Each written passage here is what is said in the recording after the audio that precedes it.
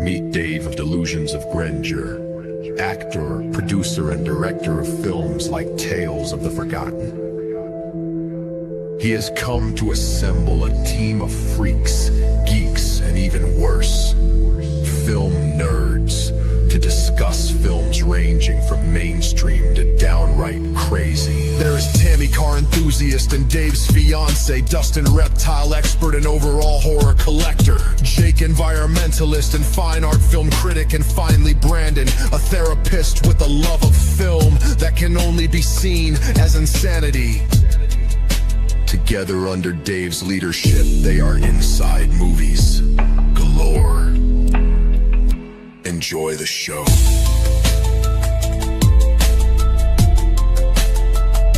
Enjoy the show.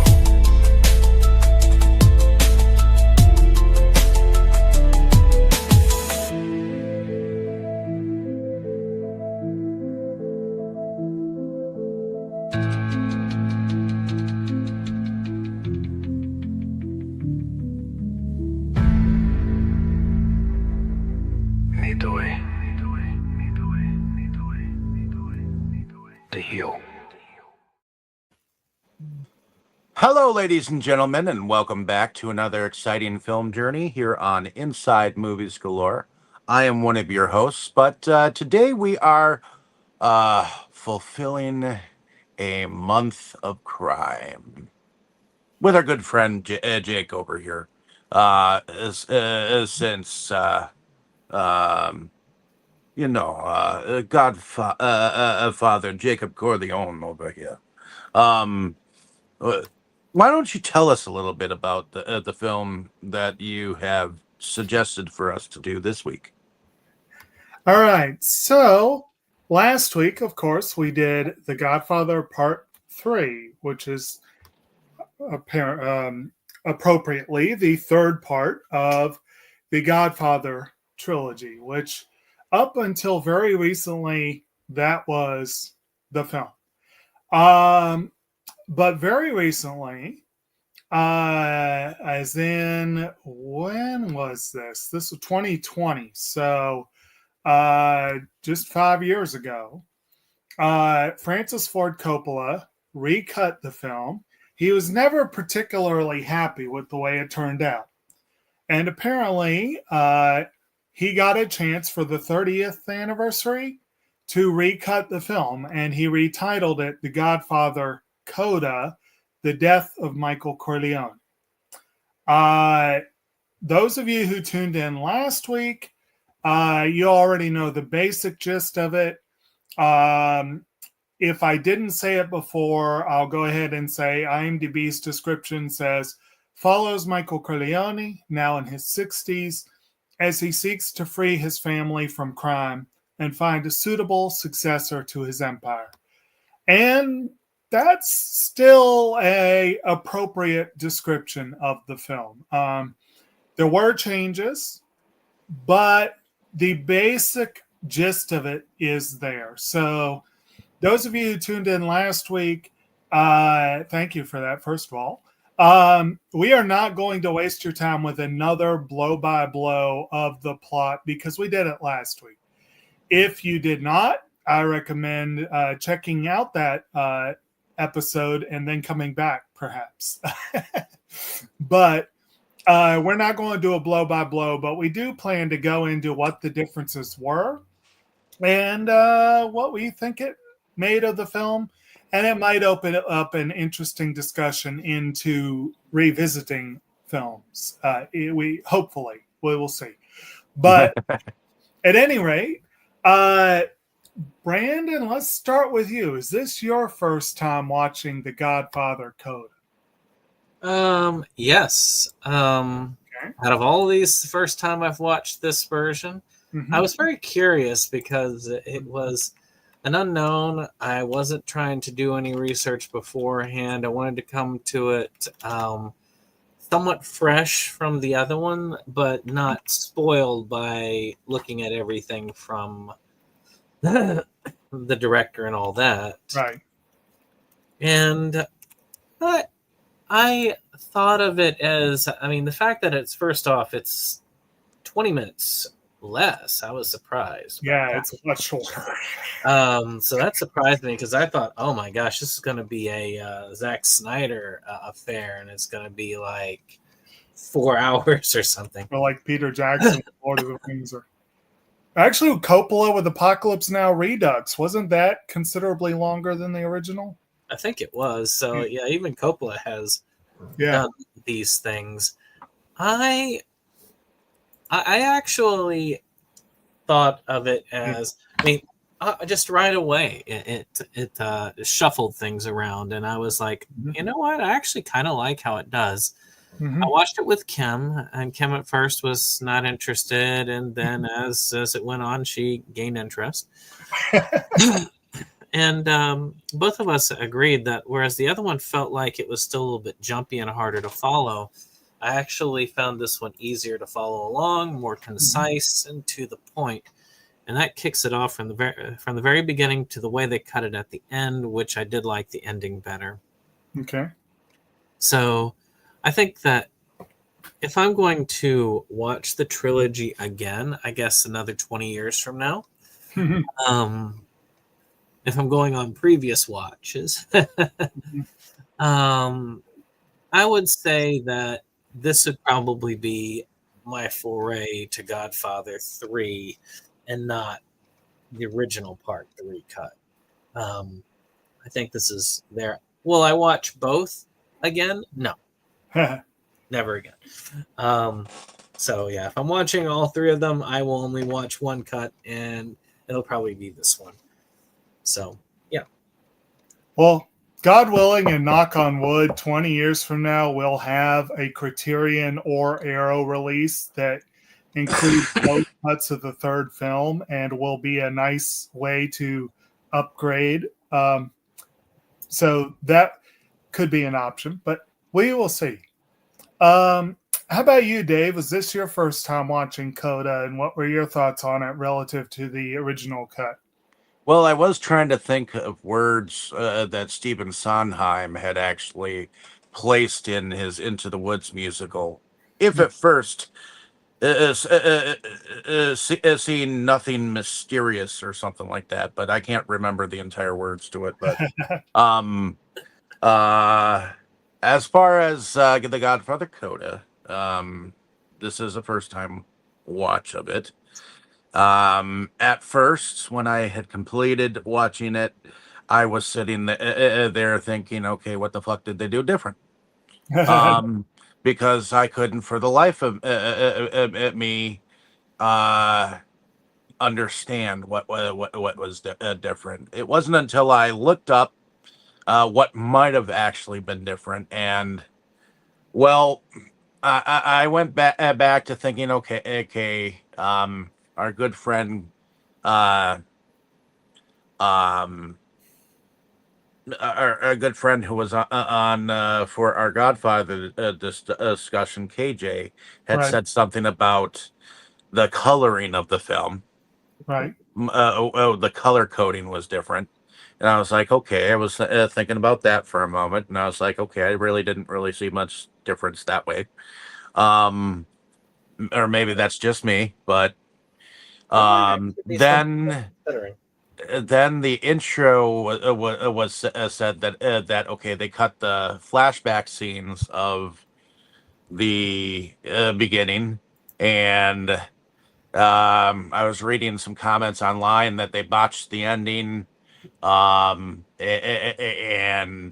instead of having him die old gray next to his dog, they decided to have him dancing with Mary, and well, spoiler alert, and change it up, and then Brandon told me that they cut some scenes and some scenes are out of order, and I'm like, I'm trying to. A lot of it looks the same to me, so it's hard for me to distinguish at this point in time what was different. So, to me, at the end of the day, I mostly watched the same film. Actually, but Dave, I could tell that it was tightened.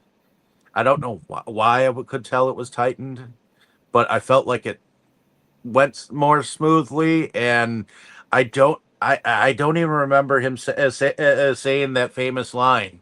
And maybe he did. That just when I thought I was out, they pulled me back in. Oh, that was in it. Okay. Yeah. There were a couple lines. Maybe it that I blipped. noticed. It blipped, and I just didn't see it. But, Actually- but Dave, you brought up a good point. One of the things I noticed that was interestingly different is I did feel like it looked more vibrant. The picture did. Mm-hmm. Maybe it's the fact I'm watching it on 4K, but I watched Godfather Part 3 in 4K, and both me and Kim were like, "Wow, the colors are like much more vibrant here for some reason." Well, if that is the case, I would not have seen it because I watched this on the computer and I watched the others on TV, and it just I didn't notice a difference. But I didn't. It might also make one difference that I watched Godfather Part 3 on an HD TV. yeah, And then I actually watched Coda on an actual 4K TV. okay, So that maybe that's what it was, because the Maybe. discs are 4K maybe. for mine. So I don't know. Okay. I mean, at the end of the day, when I think about it, I mean, I know it's less in hourage, just by maybe like half an hour, maybe cut off of it. I don't even think it's that much. I think it's 20 minutes, maybe. Okay, Another one so was like 2 hours and 50 something, and this one was like 2 hours and 30 something.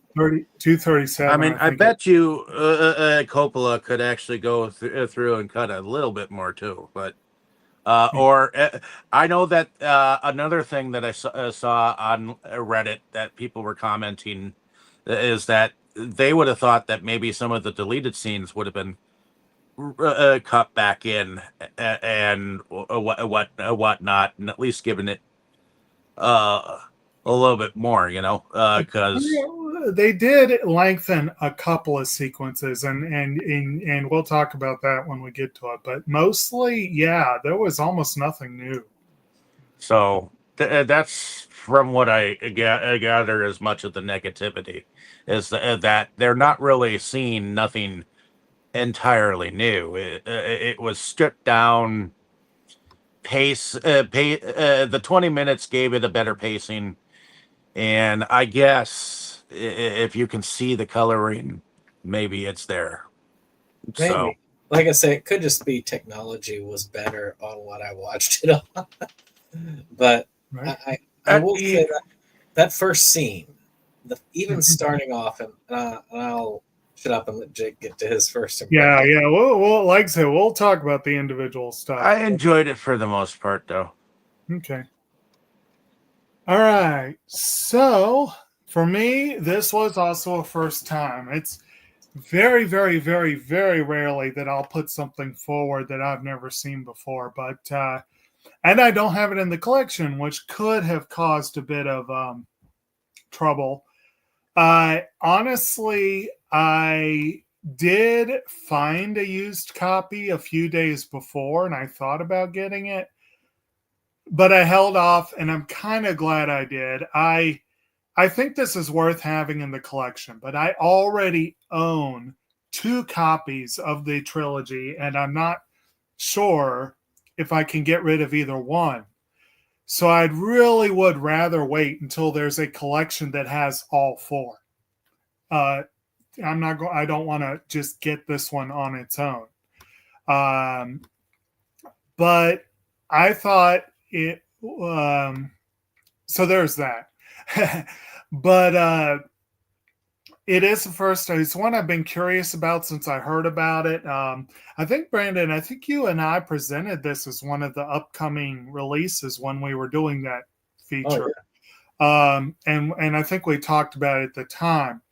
And by the way, I looked at my copies here of Apocalypse Now and Redux, and the back of the case says Redux was 10 minutes longer. So, and Redux is one that I know did include a deleted scene. There's a Frenchman, a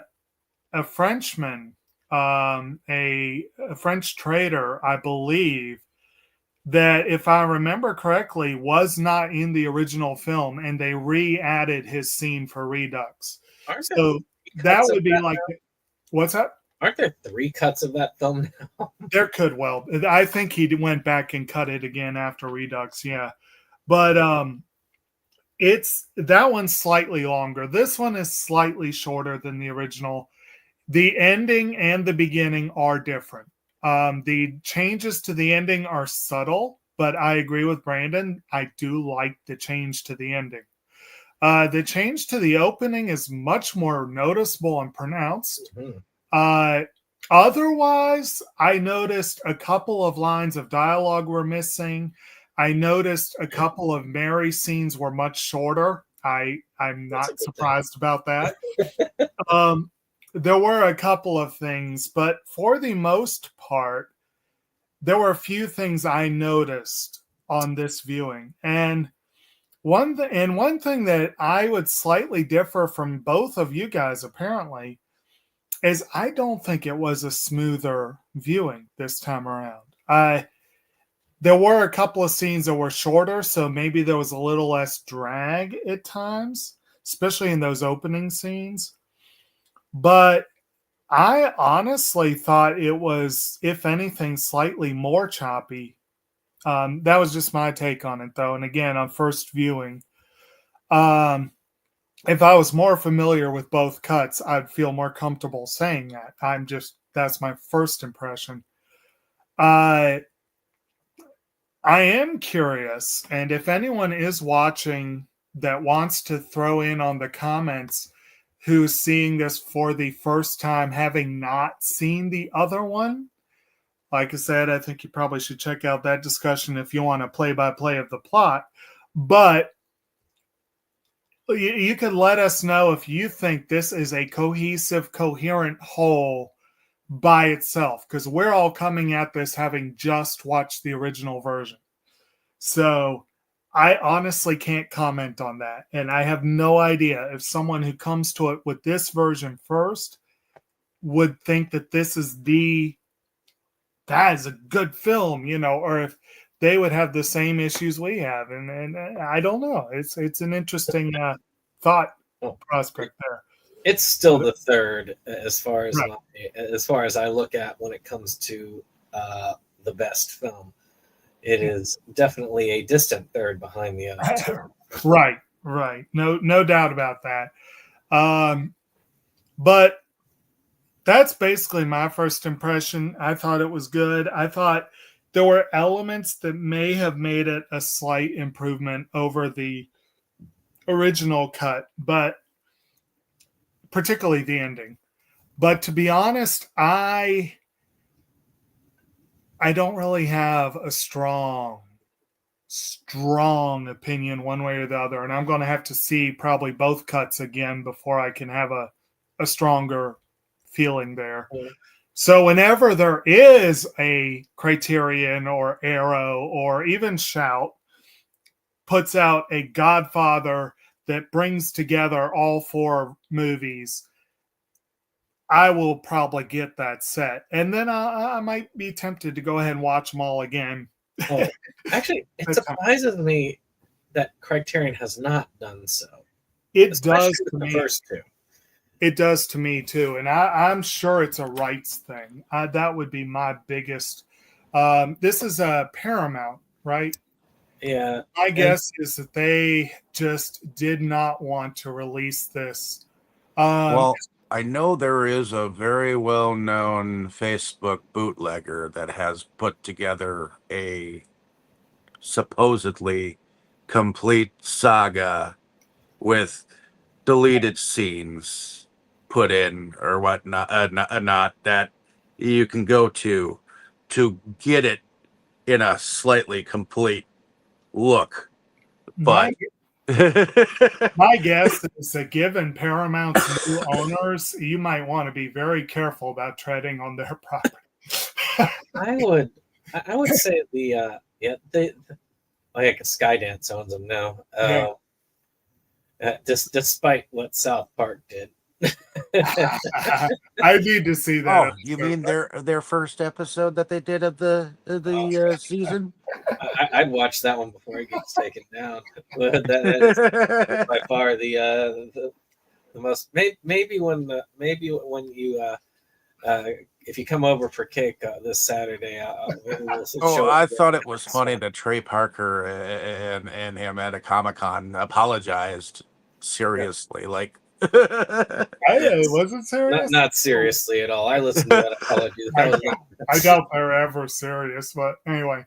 I will say that this particular film trilogy, I do think the third film and this one thing that would be good for analysis, which I'm not going to do because I don't happen to have a spare 6 hours of time, would be to sit down and listen to the commentaries, because the set I have has commentaries on both, and listen to the commentaries on both back to back so that I can see where the changes are made, why they were made. Yeah. This is understand it better. This is one of the reasons why I am very reluctant to get rid of my DVD set, because both collections I have are supposed to be like really fancy, tons of bonus features. And I have the one that supposedly was the remastered one that I have on Blu-ray. I have no freaking clue what the special features are because they are not enumerated anywhere in the packaging. So that would take a deep dive to see. Like if I look at it and I'm like, oh, these are the same bonus features. Oh, okay, the DVD set can go. But I don't know. But it's one of those movies, it's like I don't want to get rid of them. And I know when Criterion or Arrow does do it, they're not going to get all the bonus features. And so I probably will end up with multiple copies. But anyway, to the movie. Yes. We mentioned that the beginning is different. The original version starts with a pan over basically what you could call a ghost town, which is basically the Corleone compound on Lake Tahoe, which is clearly abandoned. And I believe Michael's voiceover in his letter to his children plays over this opening. Am I remembering that correctly? Yeah. And then, and he's writing a letter because he's about to get a papal honor, and he's asking the children to let their mother know. And also, he would love to see them. Now, of course, we come to find out later that Mary's his daddy's little girl, and of course, she's going to be there. But he really didn't know about Anthony. So when she ran the whole, she ran the organization there. Exactly. But then we go into the scene of him being honored by the Archbishop Gildon.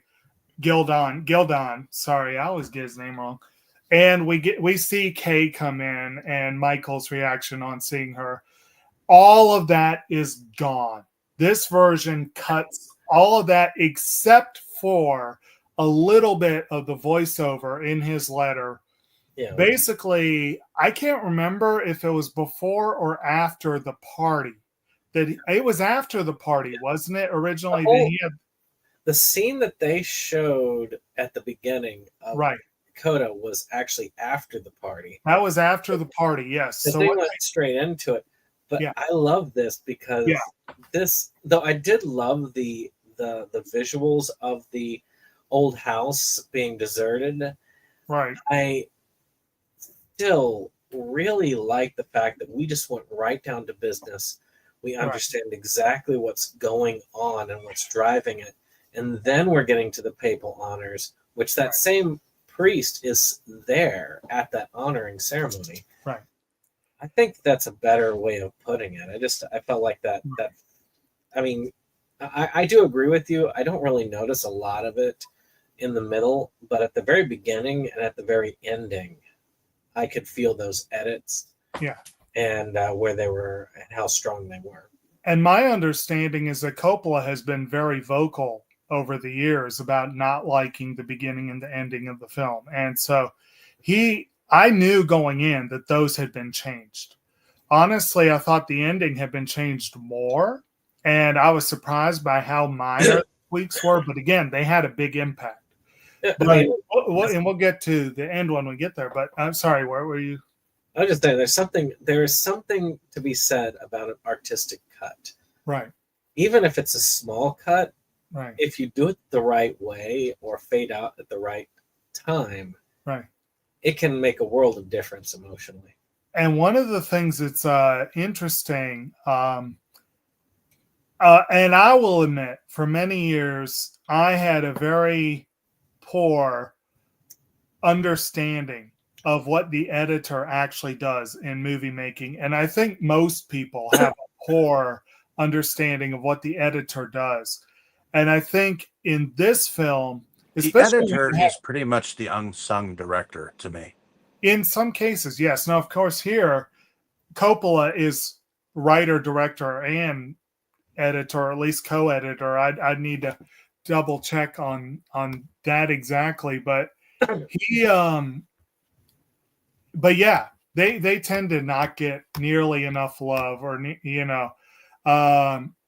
okay, so the original editors, Coppola helped with the edit this time around, but apparently in the original it was Lisa Fruchtman, Larry Malkin, and Walter Murch. So he was more involved this time around. But yeah, it could be, and again, Brandon brings up a good point of having enough time and the inclination to really do these things. But like, let's say, for example, there was a film class. This could be a pretty good example. Apocalypse Now could be a good example. There could be good examples of things to show how an edit can change a film. And of course, in this case, the changes are mostly felt at the beginning and end. At least, apparently, that seems to be the consensus here. You can run a whole class on the comparison of these two films.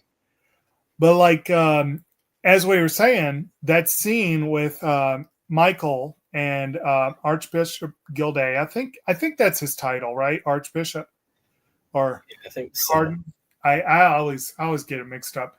But he is the Vatican's banker, as we said last week, and he has been mismanaging funds. And apparently, the wolves are starting to circle the door.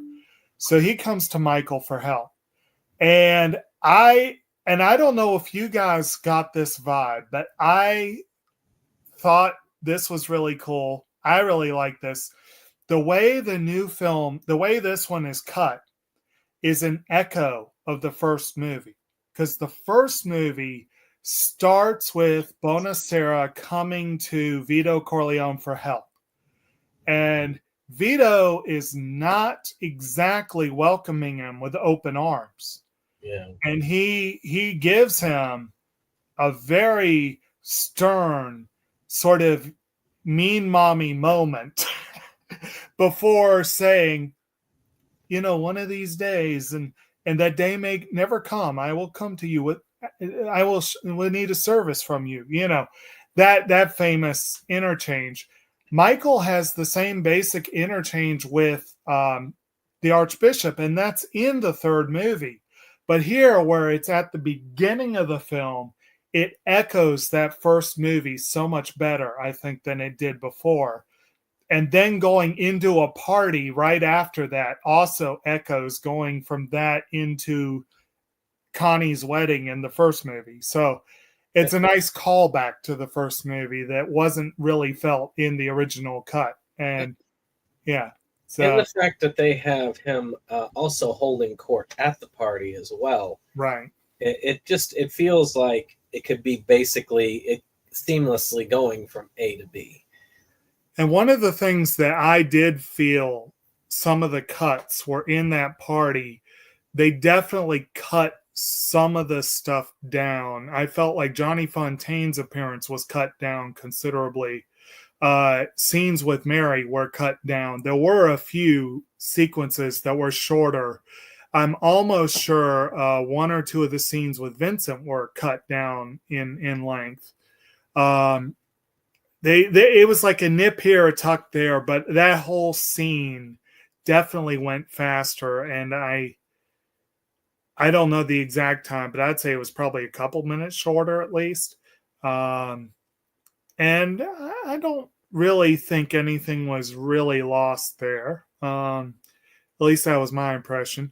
And of course, we do get that bit of voiceover of Michael reaching out to his children at the beginning of that. Like, I think we saw briefly the writing of the letter, but that was cut down considerably. Several sentences, I think, were cut from the original. But that, yeah.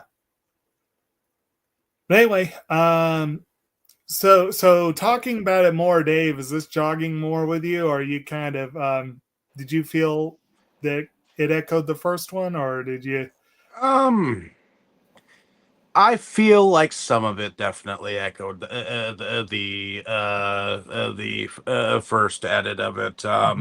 It's it's unfortunate that I actually like the other edit better, even though I didn't like the pacing. I don't know what. I do notice a difference in pacing in the whole process of it. It seemed like the fact of when the banker actually showed up, all like paranoid as fuck in his room, that showed up more quicker than I thought it would, and um, you know, it's hard for me to distinguish what is different because of not being able to compare the two side by side. Yeah, you know what I mean? And The Godfather 3 is already a long film to begin with, so that would be a monumental job in its effort to actually sit down and be like, okay, that's different, that's different, that's different, that's different. Oh, okay, that's different. Right. So, and I'm just not going to do that. But as far as a cleaner, maybe more focused effort, maybe the 20 minutes actually did it a service. I personally did not like the ending. I liked the ending of where he just and I get it. I understand that the ending as an artiste point of view, and for the film lovers who think that, oh, that's gonna look pretty on screen, I just can't get behind that. So I don't know why. It's just Right. I'm not necessarily an artsy fartsy person. So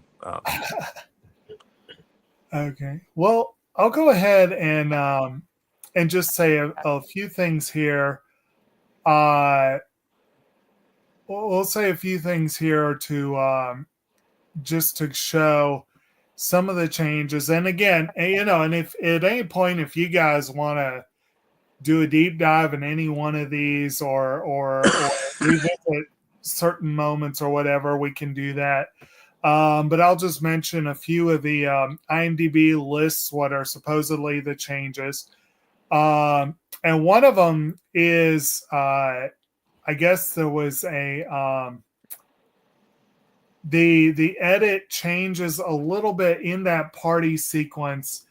I already said there's a little less singing, but there's a little bit more shots of Michael apparently to kind of change the focus slightly more onto him.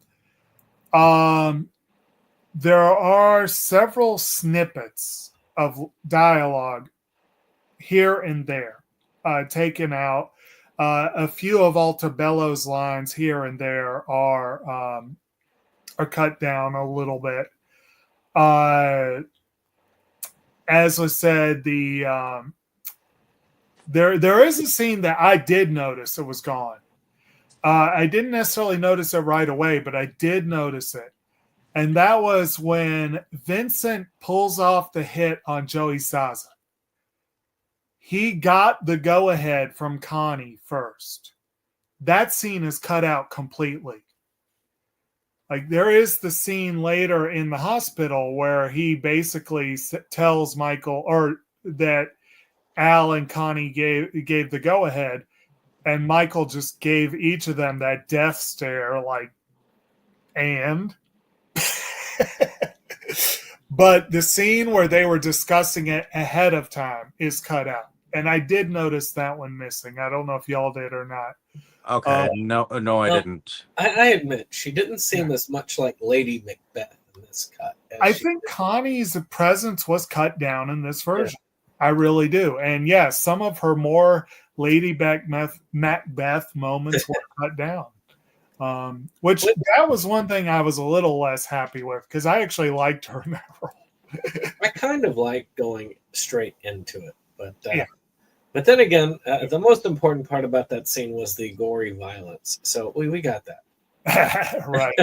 And speaking of, Dave, I'm sure you love, according to IMDb, one scene that was extended. One scene where the cut is longer than the original is when Kylo kills Lucchese, and there's more blood and violence than there was in the original cut, supposedly. Yeah, that was definitely a little bit more what I was looking for. I wasn't looking for cutaway shots where you thought that they killed them, right? Well, I mean, you did see before that Kylo stabbed him in the neck with his own glasses, but here I know, but it's kind of a bitch move when they actually cut away from the actual murders. Now, admittedly, I somehow, and I'm glad I got to see this again right away, I feel like an idiot. I didn't really catch that was Kylo. He looks enough like Michael's lawyer that I actually thought it was the lawyer. But this time I was like, oh, okay. I felt like they were much more focused on being able to deliver the information to you. You knew which hits were going where. Right. Right. And that was fine. I mean, like I said, the ending of this, I actually thought, though very much almost beat for beat, the pacing was different. It was slightly faster paced, and that was, I think, because of a lot of the little nips here and there. The way that I heard that Francis Ford Coppola explained this new cut death of Michael Corleone scene is he very much wanted to show that Michael Corleone was in fact haunted by the death of his daughter Mary, and he didn't want it to be a death. He wanted it to be a spiritual death. And it pretty well is in a lot of ways. Well, that ending, the way that they cut it was much better. Because that first time when they cut it to you just sitting there and then he just collapses in the chair. The end. And admittedly, that is a really depressing and heartbreaking ending. I mean, he's all alone, surrounded by dogs. You see him take his glasses off, sigh, put them back on. Then he falls over and dies. And that's the end of the movie. Fade to black. But here you've got a difference. You have it starts the same. But this time, when he puts the glasses back on, it cuts to black right then. But then we get a little stinger at the end. Instead of going straight to credits, we see a Sicilian proverb card, is what IMDb calls it, and that's as good a way as any to say it.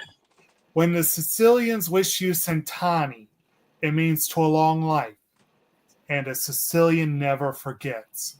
I love that. Yes. I love that. Cent'anni literally means 100 years, but it's a toast to health and a long life.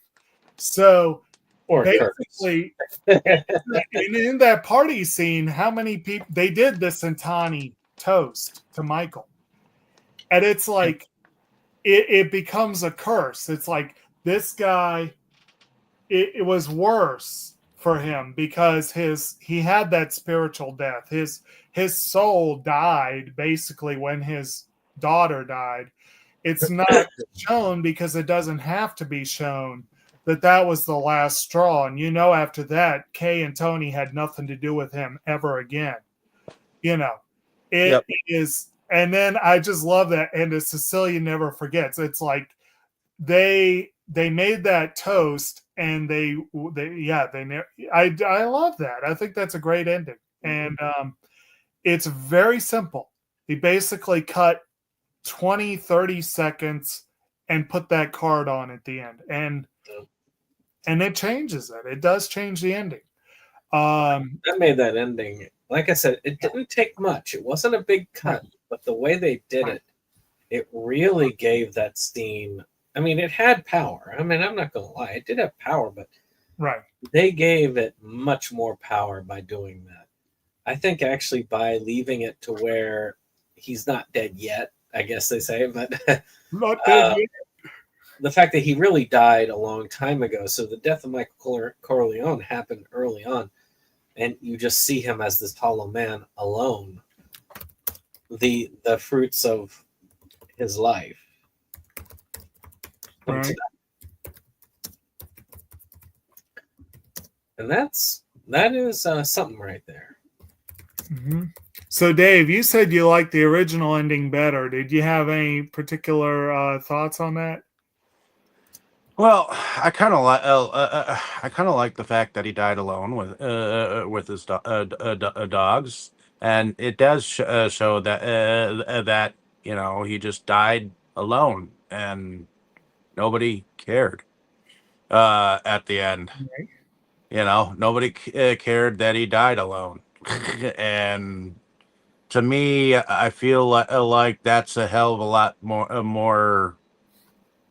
I don't know, realistic. I'm not sure how much he did actually love his family. I think I think that Michael Corleone was at one point in time a reptilian man who actually had zero feelings for anything at one point in time. I mean, And what? I mean, there's part of me that wants to say that the third movie may not even have been necessary in many ways, because we illustrate that very well at the dinner scene where they have that flashback at the end of 2, where all the family is going and greeting the Godfather as they're there, but Michael is there alone. And yeah, I don't think you really need 3, although it does kind of show that Michael does want redemption, right, from the biggest sin that he has ever done. Right.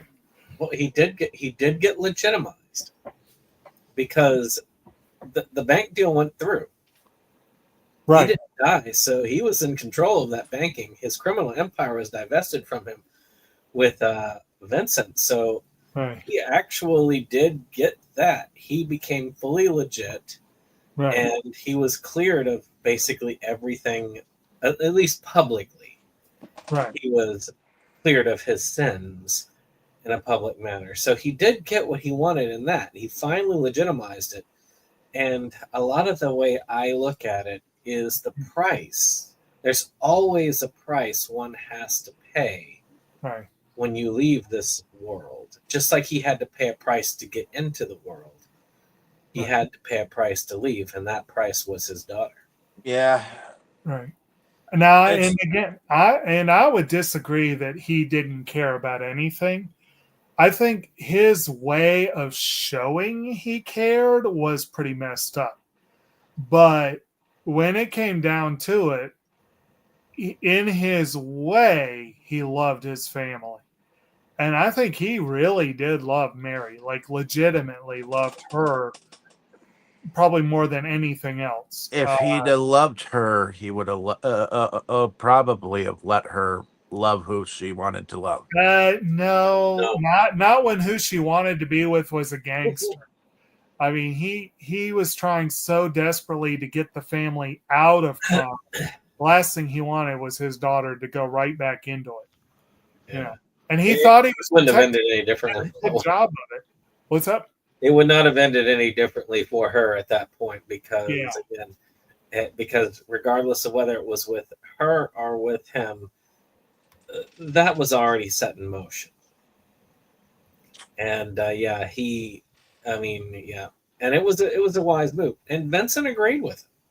I mean, Yeah. And Vincent had the choice. Vincent did not have to take over the criminal empire, but he knew that was his. Again, there is a destiny payment that has to be made. Yeah. And for him, actually, it's kind of funny because both of them had to make the exact same sacrifice.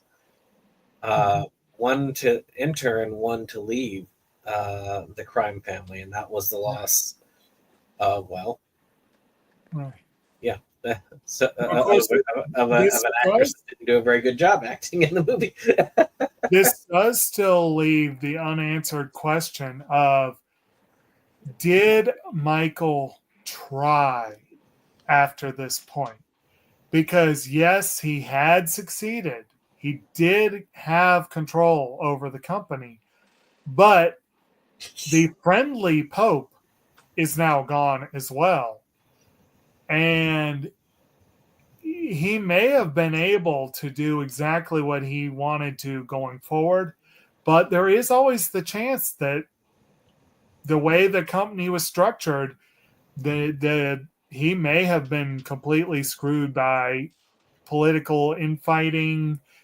Who knows? Which is why I'm glad that Archbishop, they still kept that scene in where he was talking to Lucchese. And he was saying, you don't, you have to remember that this dude does not believe the same beliefs as the last Pope. Right. Now, I got to admit, talking about the scene where the scene where Vincent meets Lucchese, am I remembering correctly? I know they cut that whole thing down, the whole conversation, the walk and talk with Vincent and Altabello. I feel like there was something missing that made it feel like it just felt like something was missing to me. Like it really did. And I don't feel like I felt that before. And I can't put my finger on it, and I don't know if y'all got that feeling or not, but I'll admit I was kind of sleepy in the middle of the whole thing. So it's not there's a good reason why the beginning and the end were much more in my head. Right. Yeah. And of course, a lot of the scenes with Mary and Vincent were cut down. That's actually a good thing. That's mostly a good thing. God, Sofia Coppola, great director, but her acting definitely brought this film down. Yeah, with her acting and the scenes being a little bit rapey. Yeah, and this is one of the things that also is one of the reasons why this movie might be a bit instructive about the idea of recutting a film is you can only work with what you have. Yeah. And the original film, they were saddled with an unfortunate choice for Mary, and Robert Duvall opted out of the film. And with those are two things you can't fix. There's no way to bring Tom Hagen properly back into the story, and there's no way to redo Mary with good acting. Those are two things that could not be fixed, and no matter how the film was recut. And there probably were certain other elements as well that were not Coppola's original vision. And even though he says this is his definitive vision of the film, he's working with what he had, and it is kind of disappointing that they didn't dig up one or two really cool deleted scenes that didn't make the original film.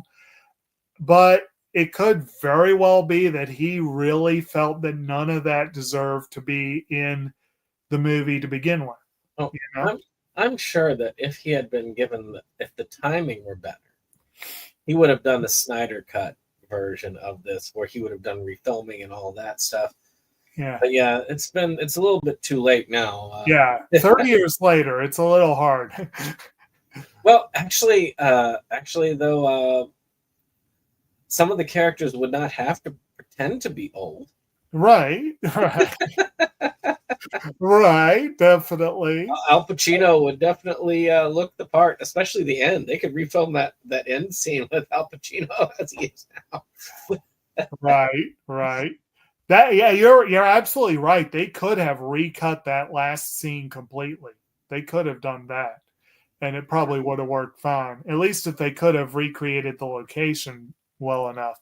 But actually, there is something to be said about technology, though, and technology was just starting to really get into it with deep fakes and so on. Yeah. Where if Coppola really, really wanted to, no. I mean, again, it's not necessarily the best in the world, but he could have refilmed it with some of the actors and actresses with aging. It's not a perfect science. I mean, look at The Irishman as a good example. Yeah. I think that it's probably good they didn't go that route. There's a movie with Bruce Willis called Surrogates where they do a good job of deep faking his younger self. Yeah. Oh, yeah. Surrogates was a good film. Well, yeah. I never did see that one, but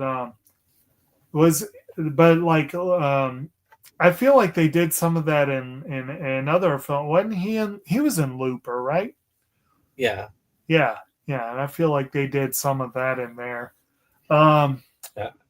The Irishman keeps coming to my mind, but that's only because, mob connection. Well, yeah. And two, at that time, it was the one that really showed that technology at its peak, combining the makeup with the de-aging effects and AI, which have only improved since then. I admit. Right. But, there's still only so much you can do. I mean, okay, take South Park as an example. With the latest episode, The Last Scene, they utilized an actor with a deep fake so that it looked exactly like an individual who won't be named. And it actually looked eerily like that individual. So, it can be done. But again, I'm not sure. What is it that the line is like, just because you can doesn't mean you should? Oh, yeah. Yeah. Your scientists were so busy with whether or not they could, they didn't stop to think if they should. I call it the rape of the natural world. Right. Oh, man. Why didn't we do Jurassic Park for a franchise year? That would be... I know we've covered it, so... Oh, did we? Yeah. Okay. Well, we haven't done the others. But anyway. You can do the Jurassic World movies. God, there's enough of those. So there could be a little bit more... But I don't know that we need to go through all the specific cuts and changes. There weren't a lot. And again, most of them are very minor. I could be wrong, but I'm almost sure in the scene with Vincent and Mary where they're cooking, I don't think he said the word gnocchi, and I know he said it in the original cut. So I don't know if they used an alternate take of that scene or if they just somehow cut a couple lines without it looking like they did. But I noticed that. I'm like, he didn't say gnocchi. But, I swear they cut those scenes to minimize the damage. Oh, I'm sure. There's a scene in the garden where Michael and Mary and Anthony are talking, and it's where Michael tells Mary to stay the hell away from Vincent, and she's like, "I can't," and then they just abruptly cut, and it's like the original scene I think went on for another 20 seconds or so they definitely, that one was kind of an abrupt cut, and I was like, I know why they did that. but anyway, and that's why I say I feel like a couple of scenes did come off a little choppier, but I do agree the pacing was faster, so it probably did feel smoother, even if it was a little choppy at times. And I believe with some of the comments that I was seeing around of this cut, because some of the cuts looked choppy, that meant that it looked sloppy to them. I didn't think it looked particularly sloppy. I think there were a couple parts I was like, are you sure you wanted to cut it that way? But otherwise, But anyway, it did include most of the good lines from the original. The different, the one part, just when I thought I was out, they pulled me back in. Where he says friends and money, oil and water, there are some good ones.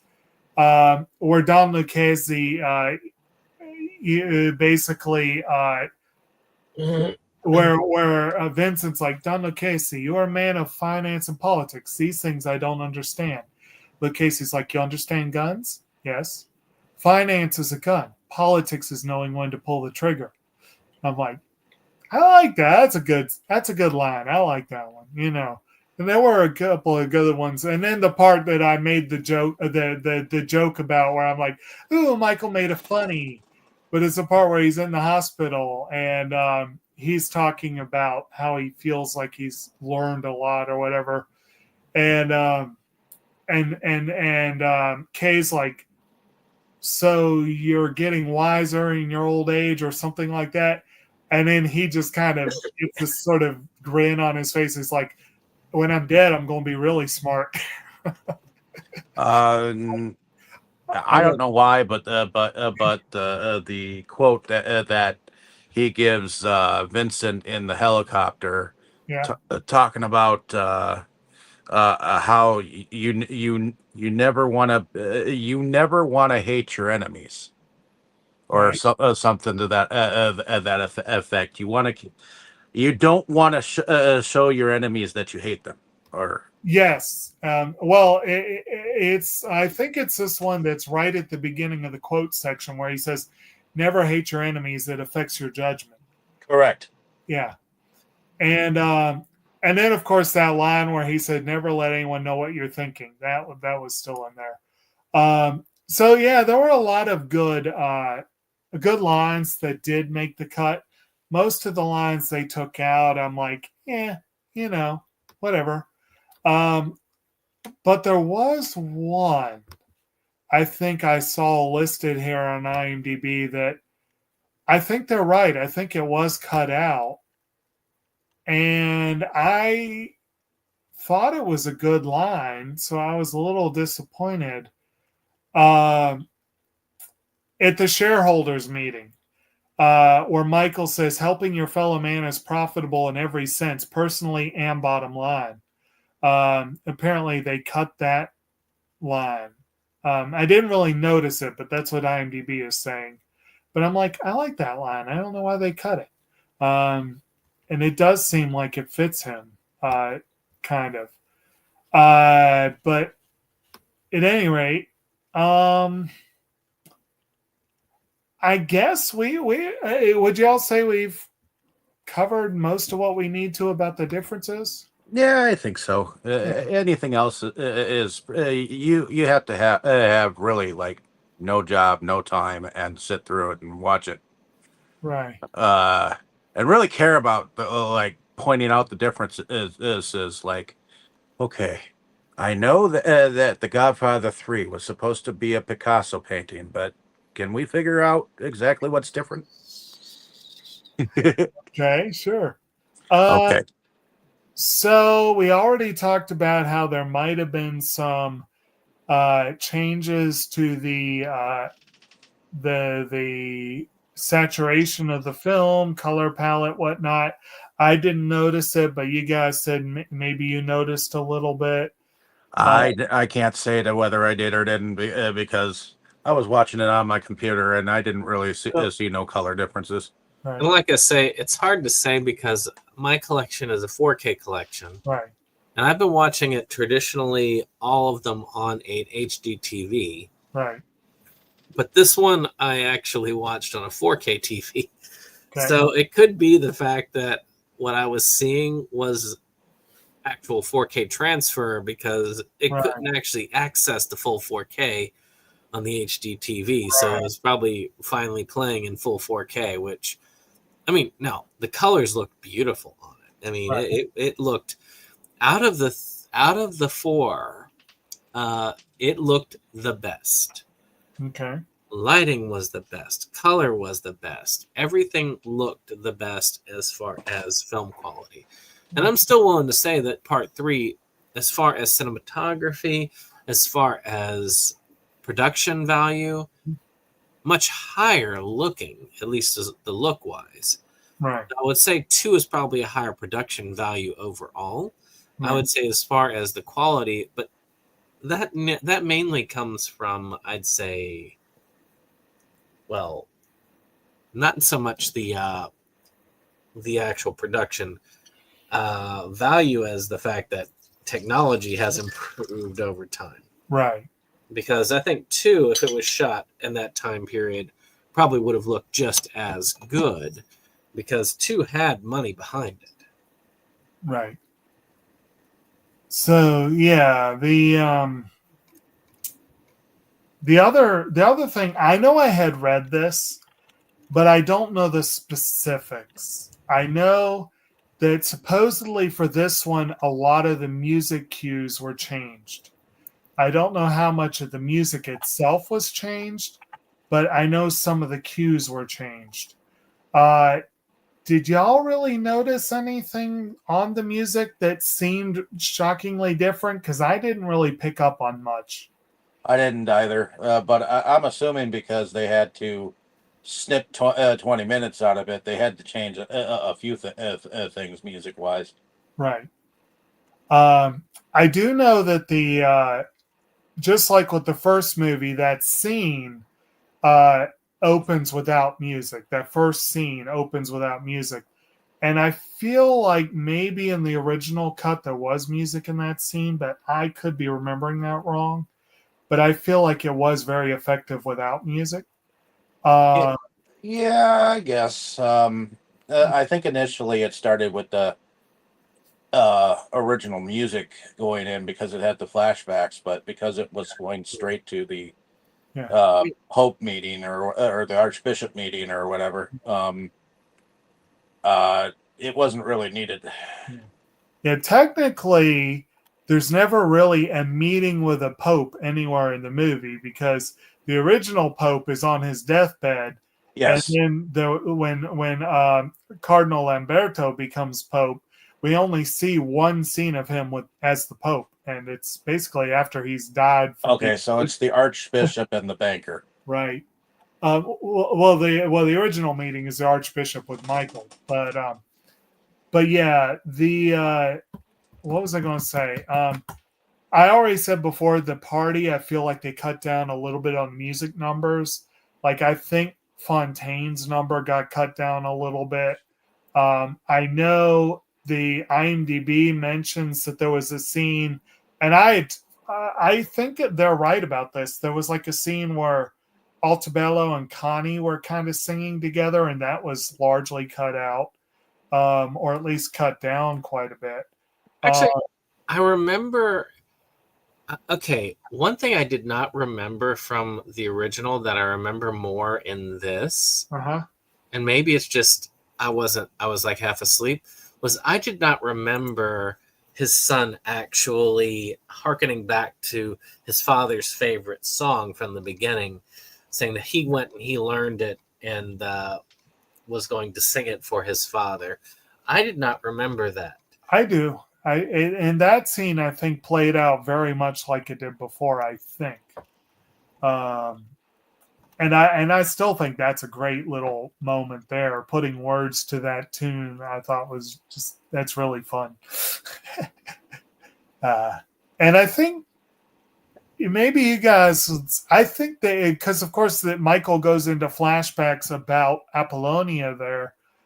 And I feel like maybe they cut that down slightly, but I don't remember for sure. I know a lot of the flashbacks were cut down.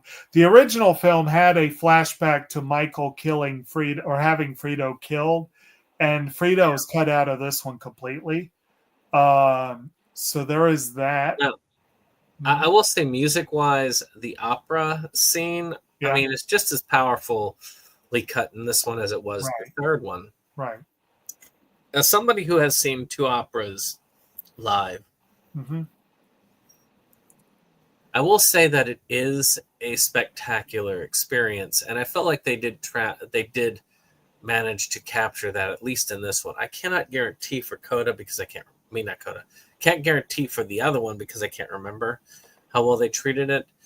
But I remember in Vienna when we got to watch, I think it was Don Giovanni. Watching them perform on a stage that probably dukes and duchesses of the 17th century would watch at.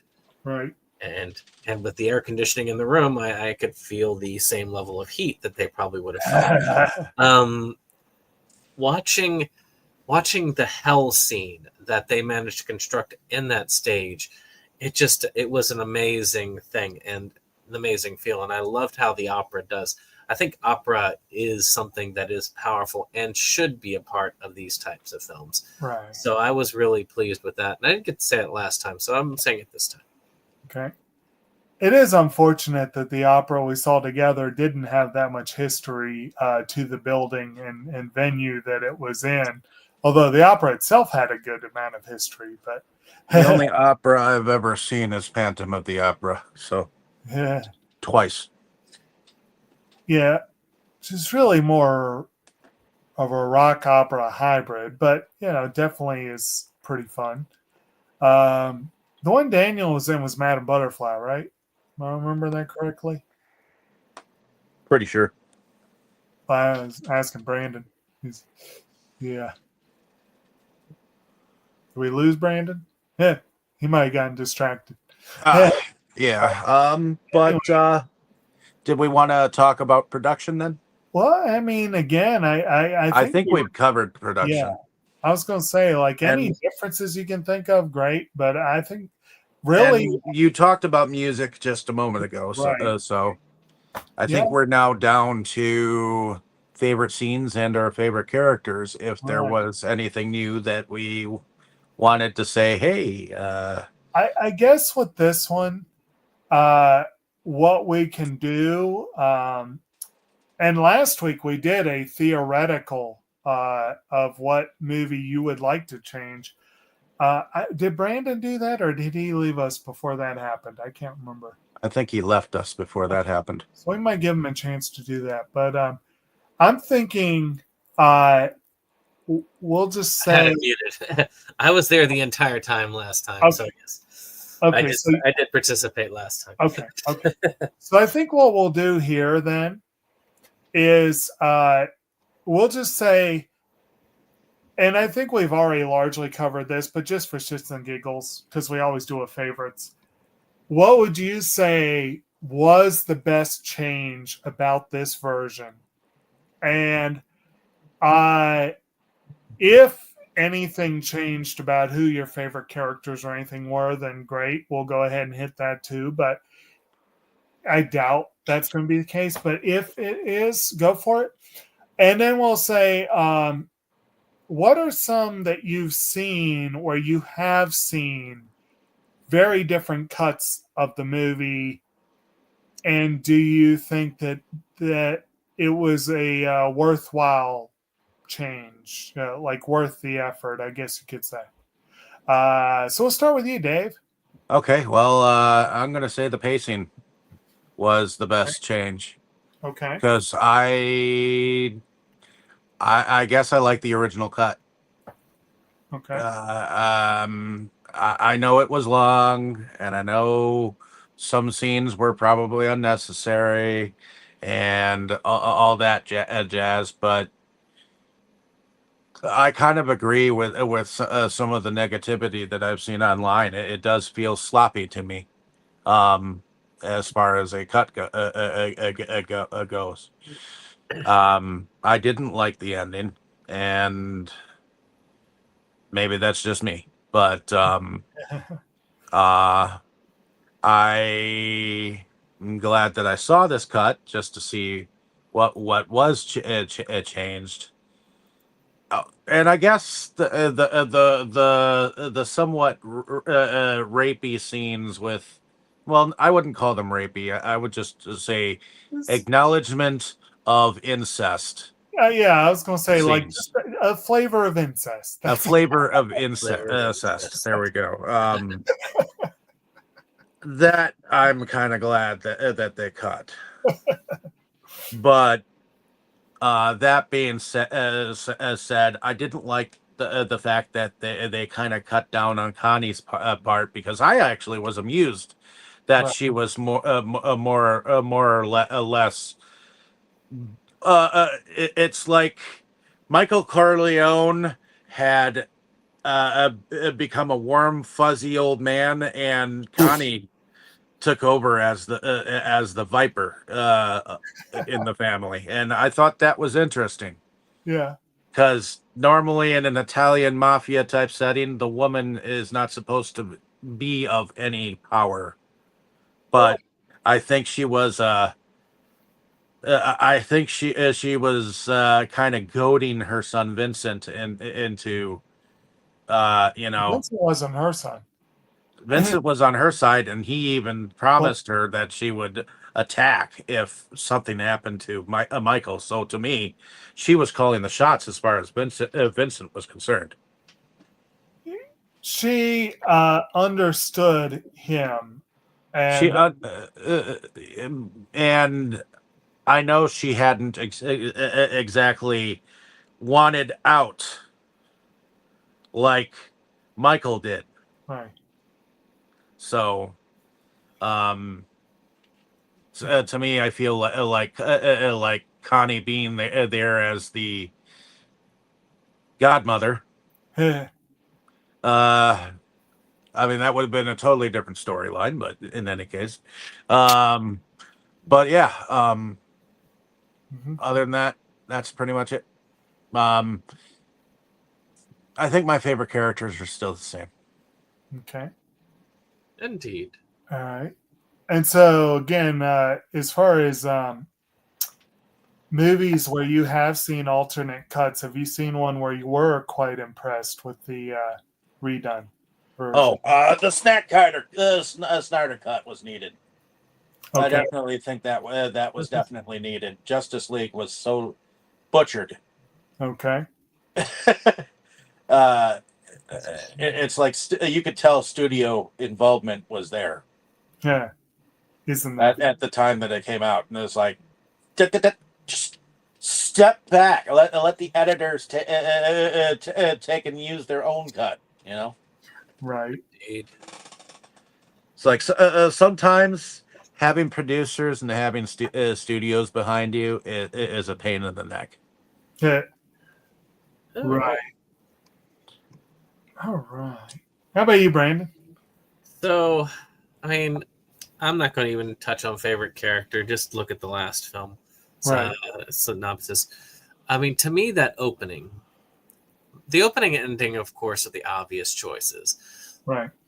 So I'm just going to do opening, even though I like both of them about even. But I love how the opening sets the pace for the film as a faster paced movie. It does not drag as much as the original cut, which I do like. Pacing is something that I talk about a lot on this channel and on my channel, and anyone who will listen to me, and then they ignore me afterwards. But pacing is a big part for me, and I love the fact that it picks up, and I love the fact that it starts there, much like it would start with the original film. And also, original Godfather 1, Right. and also picks right into that party. I think that's much better than going to the party, having to deal with all the papal award, all the BS, and then getting to what we're supposed to be dealing with, the big overarching issue. Right.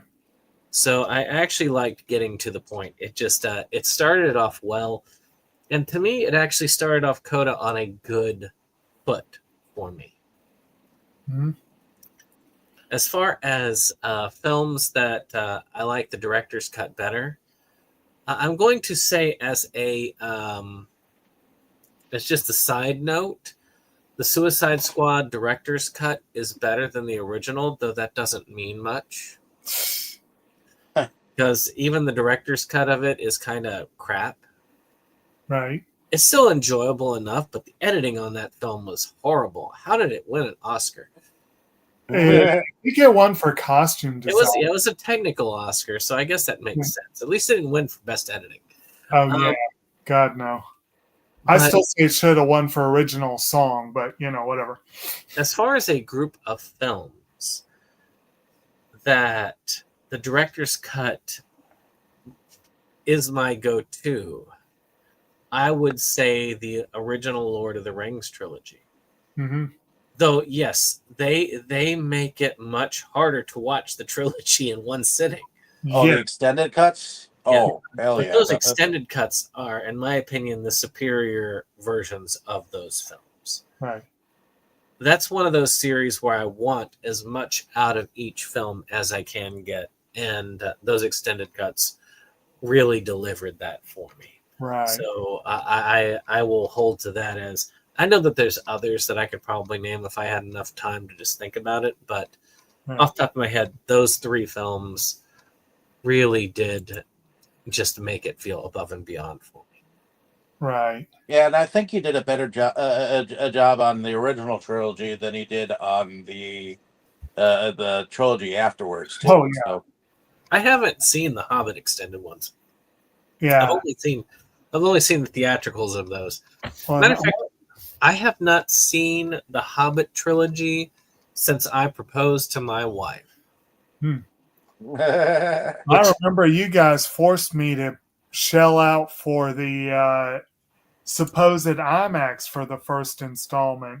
I still say that was a jet. It was, yeah. But as far as the third one, yeah, I will always remember that because the third one was on Christmas Eve, and I proposed to my wife on that year, which was quite a memorable occasion. Good deal. And she had a few too many Five Armies drinks, if you know what I mean.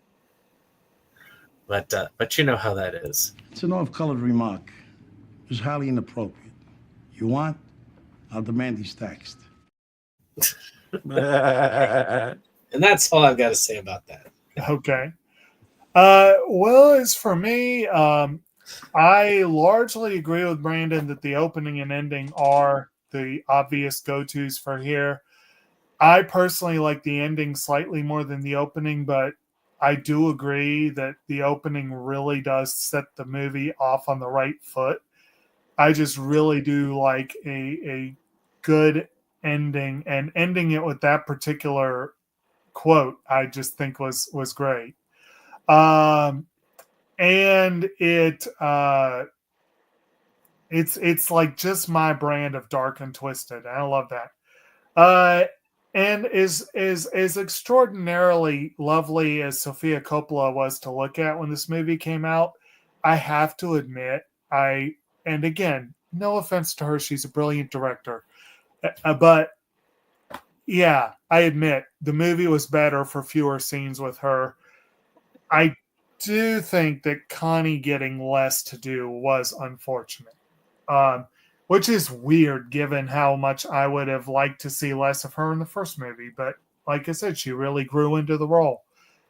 And I will agree as far as like they recut and re-released a film. The Lord of the Rings extended cut would probably be my go-to, is like, this is one I would say is better. Apocalypse Now Redux is one that I thought felt a little better than the original, but I don't have as clear a basis of comparison because there was a long gap between seeing the two versions. So, and it's been a long time since I've seen either version. So that's a very distant, foggy memory.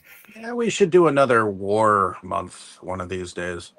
I still have not seen the Snyder cut of Justice League, so I guess I do need to see that. That's like one that we would have to be like, okay, we're going to cover the Snyder cut. We're going to cover part 1, week 1, part 2, week 2, because that is... Right. That's actually longer than The Stand, if I remember correctly. It's a long... Well, wasn't it 4 hours? It's like 4 hours or something. The Stand was at least 6 hours. Yeah, the Snyder cut, yeah. Yeah, it is a long one. I don't know if I'll watch that. The weird thing is, I will watch the other cut of Justice League again before I watch the Snyder cut again, mainly just because of the length.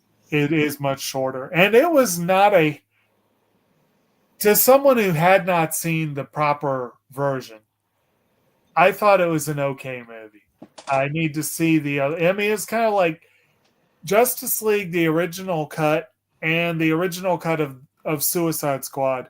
They were watchable. They were both a hot mess. They both sucked compared to what they should have been, but which made it hard to, But I have high hopes for Michael Gunn's take on the DC universe after seeing Superman. Michael Gunn?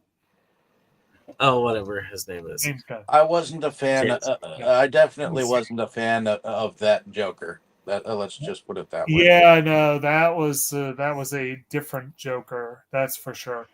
And one of the funny things is the Joker is a very Shakespearean character in the sense that you can do many different versions of him and they could all work. And that one somehow did not work. But at any rate, I will say one last thing. Last week I was talking about like what I would fix if I could fix one. And I had to, say the Harry Potter series. If I were to pick one scene where I have watched deleted scenes and I've gone, why in the freaking hell did this scene not make it into the final cut? The scene where Gilderoy Lockhart passes out the pop quiz was gold. It was gold. And they didn't put it in the movie. And I'm like, really? The Harry Potter movies are movies where if they did like 3-hour director's cuts of them, I would be all aboard for those. Well, the thing is, that's an odd one. The first two, the books are so short that a 3-hour cut would be all you would need.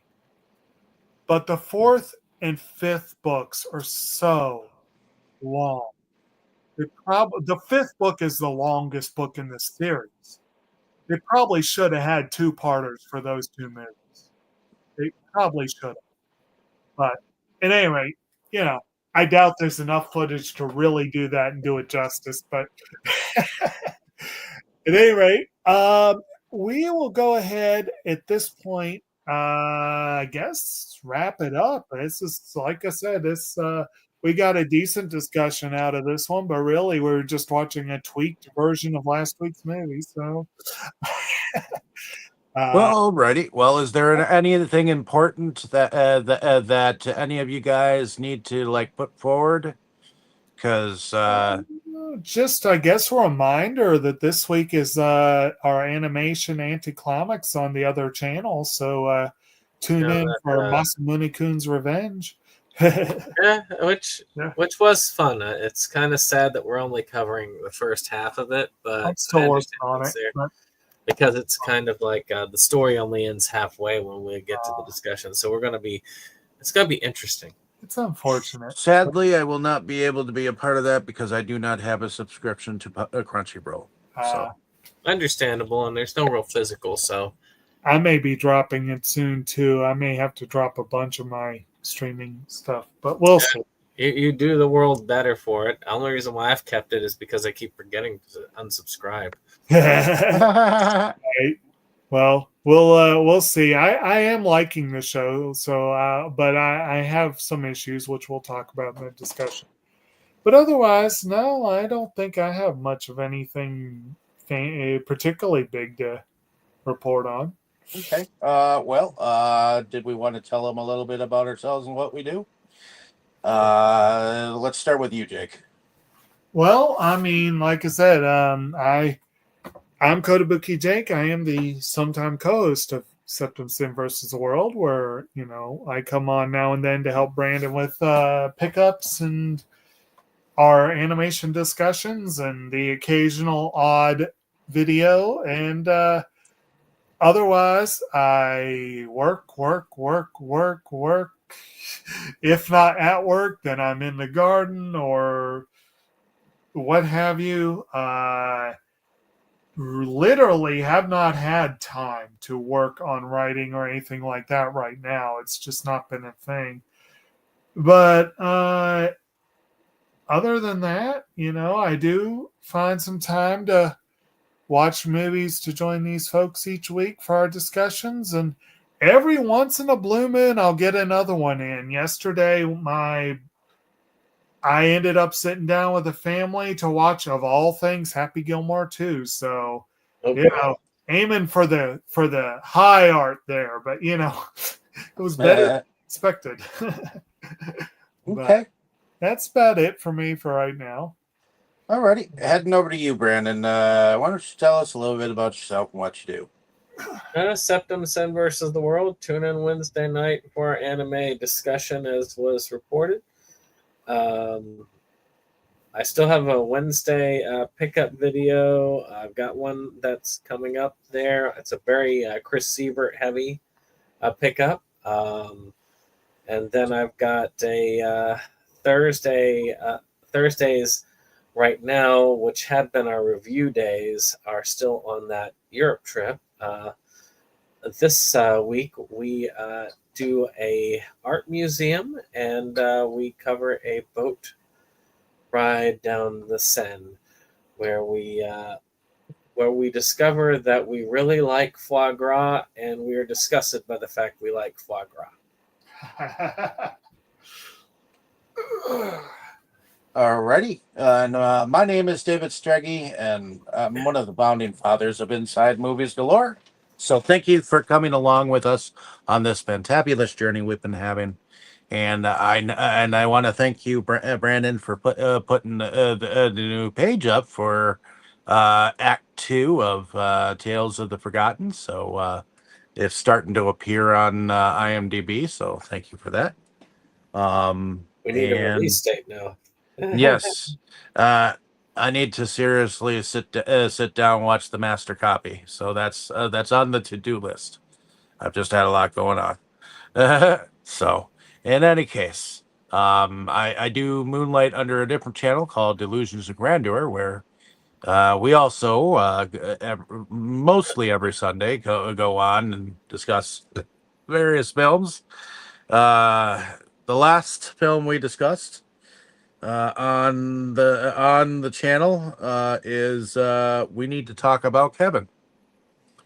So if you get a chance to check out that discussion, please do. I need to see it. Well, I know it was always on my radar and whatnot. Glad I finally saw it. But next week we'll be discussing Jaws 3. Don't forget next week. Don't forget next week we also have shark related. Yes, I can't wait. So that's another thing. Besides doing video and pickups on the channel, and what not check out the channel of Delusions of Grandeur. But next week, we are starting a new month, and we are back continuing with Go Sharknado. With, I believe, Sharknado 5. Right. At Sharknado, and after that, Sharknado 6. The and then Catnado and Cloudnado after that, which I'm sure will be having or be totally tired of tornado movies. I mean, we haven't even done Twister. I know. I was just thinking that, or Twisters for that matter. Right? Yeah. So, Yeah. but I guess it's a comedy thing with me. But Right. we were able to cover a majority of the NATO movies, or coming up and previously. So, and I'm loving it. So I know I didn't get to be on the last one because of something or other, but we are back with into the shark movies. So check out the discussion of Jaws 3 when it posts on Sunday, and then join us Monday evening to once again see how twisted these Sharknadoes sharks get. Or like I'm actually looking forward to the one that IMDb describes as it's like Sharknado, but with cats. Well, that is a theme we could do for a month, is tornadoes, which that could include like all the above, any movie that has tornadoes. Right. Yeah, we could. Or bad weather. We could do bad weather films. You could. Because there are quite a few disaster movies out there. Oh, yeah. So, but we'll have. But not disaster movie. I'll be sitting that week out. We'll be going back to themed months next year. So right, back to our regularly scheduled program. Although I do have a stop motion movie called Disaster Movie. Huh. But right. In any case, like, share, and subscribe. Let us know down in the comments what you thought of our discussion and what you thought of this version of The Godfather Part 3. And we'll see you in the coming weeks. Hopefully you can join us for some of those aforementioned discussions. In that case, everyone say good night. Good night. Buonanotte. Buonanotte. Inside movies galore, just makes you just want more. We've had all in the world of media to explore. Horror, anime, or Curious George. Our love of new things was our reward. It is the best night of our week. Frankly, my dear, I don't give a damn.